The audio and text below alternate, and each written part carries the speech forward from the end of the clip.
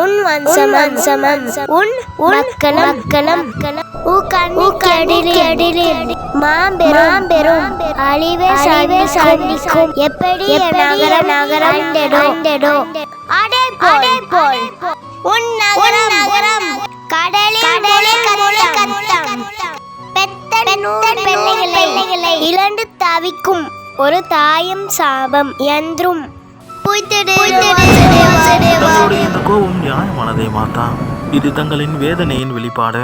குருச்சேத்திரம் என்னும் போரில் ஒவ்வொரு வீரனும் இறக்கும் போதெல்லாம் அதை கண்டு மனம் உடைந்தவனும் நானே. இன்று தங்களின் இந்த நிலைமைக்கு காரணமும் நானே. என் வாழ்வில் பற்பல அன்னைகளின் ஆசி பெற்று வந்தேன். அந்த வகையில் இன்று வாசுதேவ கிருஷ்ணன் தன் தாயின் இந்த சாபத்தையும் மனமாற இருக்கிறேன்.